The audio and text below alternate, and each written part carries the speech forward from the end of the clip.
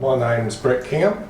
That's my lovely wife Fiona. Married with 3 children, well, young adults anyway. We own the Hornsby franchise and have recently purchased Turramurra.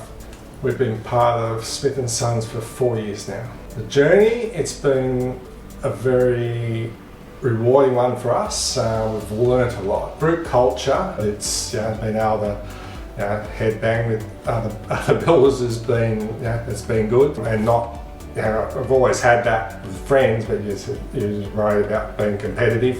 As a group, we're together. It's not a competitive thing at all. So life in general has improved, tripled our turnover, and we're still maintaining a similar lifestyle. That's for sure.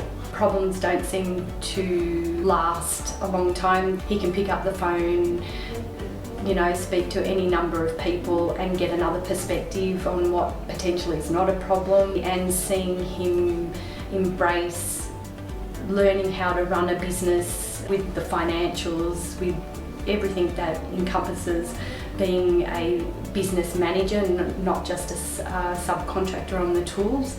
So seeing his growth in that area, has been really good. From my perspective, seeing a wonderful change.